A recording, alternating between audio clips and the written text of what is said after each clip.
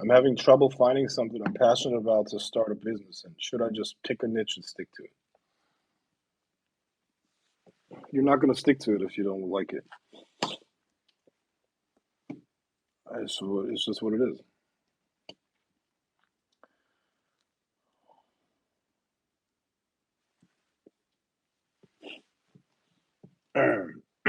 If you don't like it, I mean, if you don't like it, you're not going to be able to persevere. You're not going to get, and if you can't persevere, you're not going to get good at it, and you're not going to be able to keep going until you make a breakthrough. You know, so just doing anything and stick with it. That's not a good idea.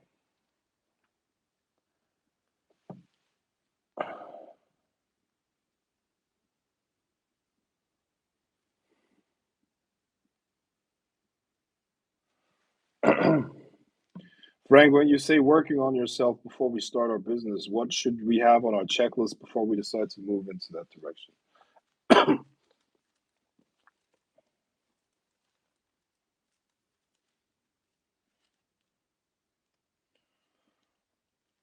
The first thing you have to have is how do you allocate your time and your energy? That's the only thing that's the only resources that you have, time and energy. Do you know how to allocate them? Allocation means do you know how to use them? Do you waste your energy on conspiracy theories versus do you study, learn? You need a lot of immaterial resources. If you don't have material resources such as money and assets, you need immaterial resources that you can exchange and build something with. So, do you study? How much do you know? Do you learn every day? How do you structure your day? How do you structure your day? What kind of activities do you do? You know, what are you wasting time on? Are your activities mostly investments or expenses? What type of people do you hang around? You know, it's better to hang around no one than to hang around low level people.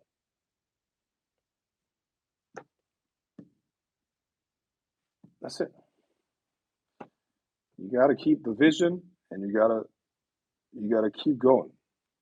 That's what it is. That's what I would work on. You know,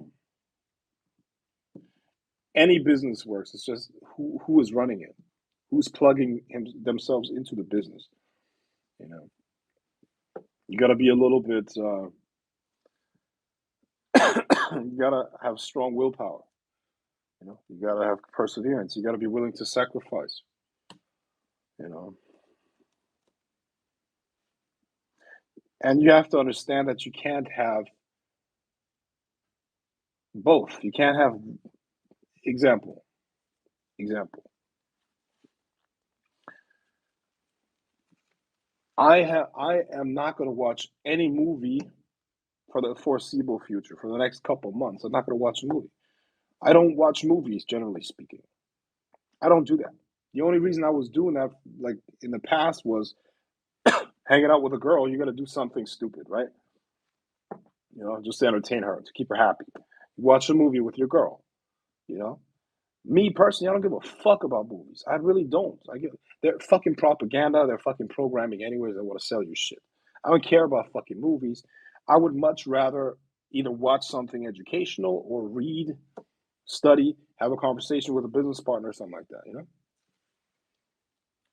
Now, what would you do? Would you choose the education over the entertainment? If you are the type of person that chooses entertainment over education, forget about it. You're not going to compete with people like me. It's just what it is, you know?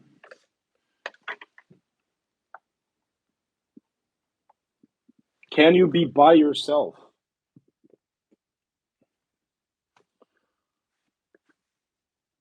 Well, maybe I shouldn't say that as a factor. Some people are like they're like always around other they're always like very extrovert and all that stuff. They can still succeed. You know, I don't think that's a factor, right? But um, can you sell? Sales is a very big part of it.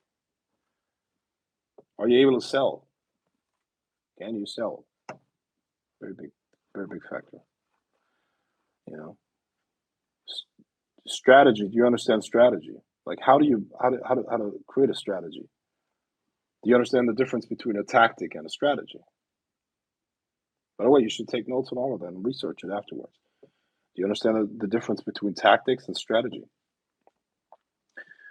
Do you understand how to correctly allocate your time and energy? We talked about that before. You know, do you constantly learn? Do you also execute? Do you execute? Do you know how to take an idea from conception all the way down to execution?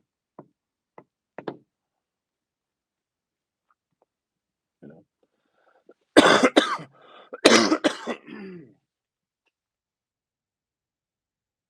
to self motivate. How do you self motivate yourself? Do you know how to do that? You know, can you hold yourself accountable? All of these things matter.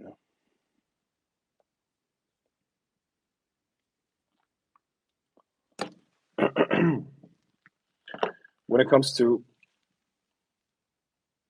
to sales, I struggle with qualifying prospects. How do you determine if someone is a good fit? You struggle with qualifying prospects.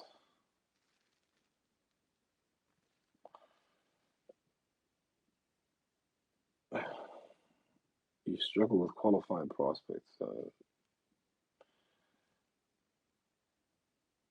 How do you know if someone is a good fit? Well, they the questions are real. Really, like qualifying a prospect, you give them you show them the offer, and they're either going to be like, I mean, generally speaking, 10% are never going to buy, right? Or 30% are never going to buy.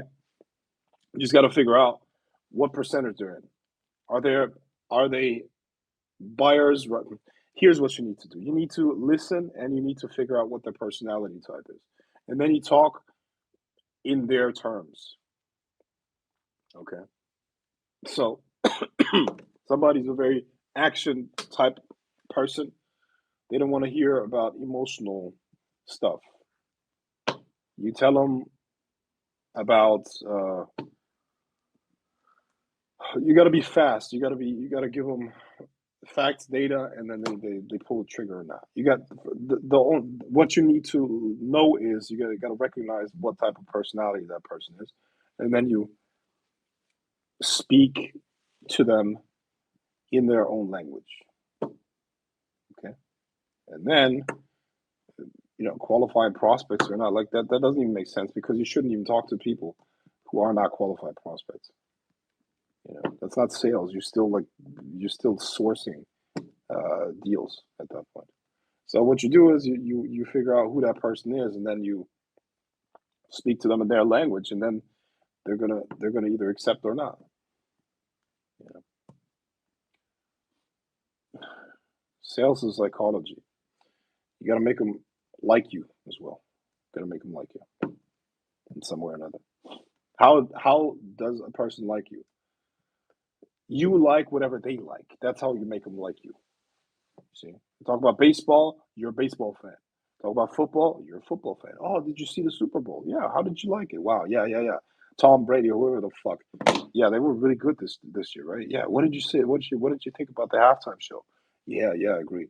Boom. You just like whatever they fucking like. I like red wine, or you know, you talking to them and they're telling you about their fucking weekend in the Hamptons. You're like, yeah, yeah, the Hamptons, great place. I've been there. You just gotta like what they like, and they're gonna like you. It's that simple. It's that simple. You gotta find common ground as fast as possible. You know, and then you also listen to how they speak, so you get an idea of what type of personality they are, and then it takes a little bit of practice, and then you craft your offer in a way that they like it to hear. They like to hear it then.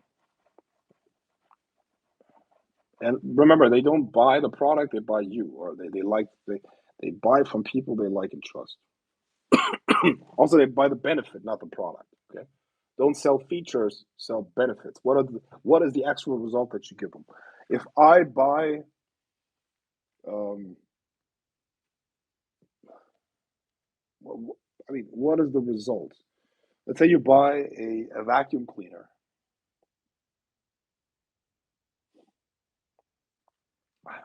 The technical details are irrelevant. What you want is like, hey, this vacuum cleaner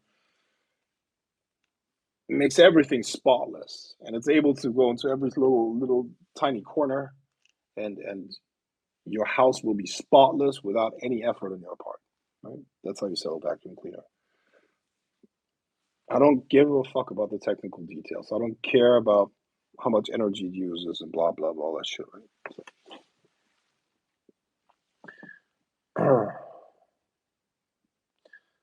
I own a cleaning business, and I've noticed the wealthy homes I clean for don't own a television. Hmm. Yeah, that's a common theme I heard.